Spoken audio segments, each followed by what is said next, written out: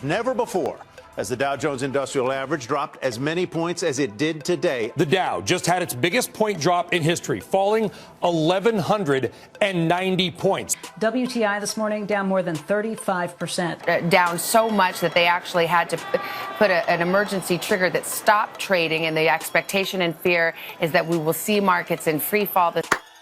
Well, ladies and gentlemen, we're all getting rich for what seems to make no sense at all, considering I think it had to do with the unemployment numbers going down, but only by 2 million when there's still 30 million people unemployed. But heck, just turn the news off. Just don't go out in the world. Look at your stock portfolios. Mine cracked $152,000, which is all-time highs, baby. And on top of that, my dividend yield is up another $100 annually. We're going to get into my portfolio. I bought some stocks. I moved some things around, and I'm going to break all of it down for you. So let's just... right into this.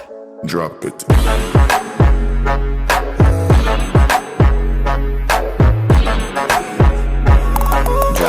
Welcome back, my passive income investors alike. And before we kick this off, I just wanted to shout out what I truly believe is the greatest stock portfolio tracker currently available on the market, and it is from the chartmaster.com. I've noticed a lot of YouTubers out there promoting absolutely terrible portfolio trackers that don't offer a quarter of the data points that you have to pay monthly subscriptions for. This is a one-time fee, $12. I'm going to knock that down by 15% using Passive Income Investor as a coupon code. Track your dividends, capital gains, losses, and growth over time. It's wonderful, and we do updates regularly, so we patch these things, and you don't have to pay extra for that. But getting right into this, ladies, gentlemen, the portfolio is pushing all-time highs, baby. I mean, we're sitting at $152,000, and I mean, that does come with some capital contributions, but at the end of the day, guys, I started the year at 130, went all the way down to 100,000, and now we're up 22,000 on the year. And in fact, my dividends have grown by $1,000 annually in the first 6 months. I mean, the growth rate is absolutely crazy if you've been buying stocks in these dips. Right now, my annual dividend is $6,357. But now I'm sure you guys are aware of my portfolio overview. It's largely unchanged because the global markets have gone up. It doesn't matter what you're holding here. But before we get into some of the stock purchases I made today, I want to talk about how you outperform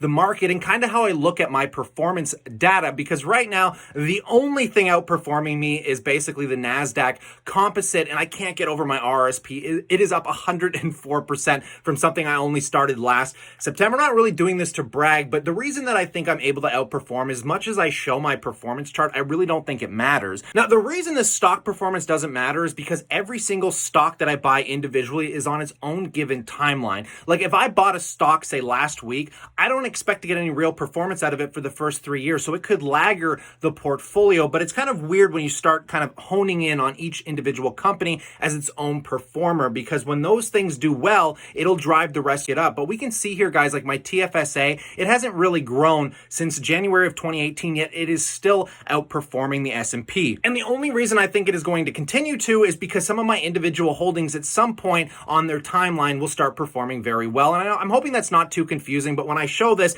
it isn't to brag, and I don't look at it as a total performance overview, but I think it's fun to look at this. I just don't think people should get too caught up on performance in the macro aspect of things. Now, ladies, gentlemen, getting into the six-figure portfolios, we'll start with my TFSA, which is up it's up $12,400 from the day I kind of bought these stocks, but in retrospect from last week, it's up about $5,000, guys. And I'd like to say it's because of this and it's because of that, but really it's because everything is up. Like my banks are now, I'm not even down 20% on. Riocan is starting to come back, and I've cost averaged nicely, which is one of the stocks I want to talk about today. So there's nothing really specifically I can comment on here because I haven't been able to buy stocks. I'm still waiting for some dividends to come in. But like I said, guys, the RRSP, I can't get over the performance by this. And this is the account that is locked. I can't really pull money out of it, which kind of drives me nuts because now I wish I kind of, made my other portfolios look a little more like this one, because I do not have one red stock in this portfolio, up 104% since my Tesla stock doubled. And like I said, at some point I will leverage down Facebook in here to finish off my J&J position. But for right now, I'm just going to keep sitting on these capital gains because they're unbelievable. But nonetheless, what have I done this week, guys? What have I bought? What have I sold? Well, I finished off my Mindmed position today because it was the only stock in the red at pretty much everything. So I finalized it. I got about $1,000 or so into it. I think I roughly have 1,800 or 1,900 shares as it stands today. And that is my lottery ticket. And I'm glad that I finalized it because I just want to move on with my life. And I don't want to look at it for another year or two to see where it ends up. Keep in mind, I'm going to be making an update video nonetheless because they are moving along very nicely on some of their psychedelic products, I should say. But nonetheless, guys, the biggest change in the portfolio this week, I actually paid off my debt on Riocan, which might come as a bit of a surprise to you guys. Now, why did I do this? As many of you thought I was going to continue to cost average in with debt. Well, I was waiting for this week to get the dividends come in to see what the interest was going to cost me, make sure everything worked out nicely, and then I was going to throw another $4,000 worth of debt at this guy. But all of a sudden today, it exploded up into a range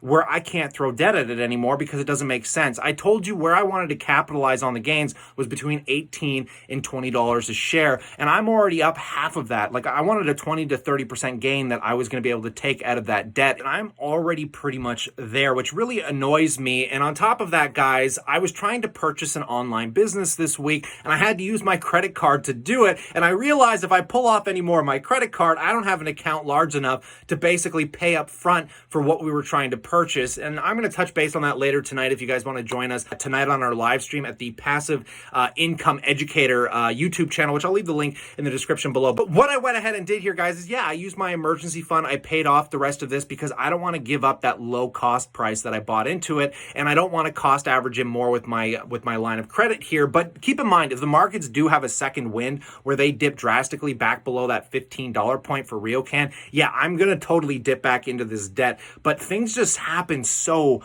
utterly fast. I mean, I wasn't expecting Riocan to have any serious rebound, at least for the next year, and that might still hold true. It could just be a short-term pop. The other bonus behind just paying that back was I get to keep the shares, and now my dividends just naturally increase by $300, and I don't have to cost average up into it. But I'm going to be keeping an eye on it. And now the last thing I want to touch base on here is my Royal Bank account, because you guys might recall I actually sold off my BTI and my MO, not to any major degree. It was just the problem of me having it spread out between all of my brokerage accounts, and I was really happy with the position that I have holding in my TFSA here because I got a really large position of MO and BTI already. So just to simplify my portfolio so I'm not pulling numbers out of all these different places, I actually liquidated my MO and BTI. Mind you, it was only a couple thousand out of my US account here. I moved it into my CAD account, in which I loaded the bloody boat on Riocan, which I am super grateful I did that because right now Riocan is outperforming my SIN stock. So pat on the back for that move because I only did that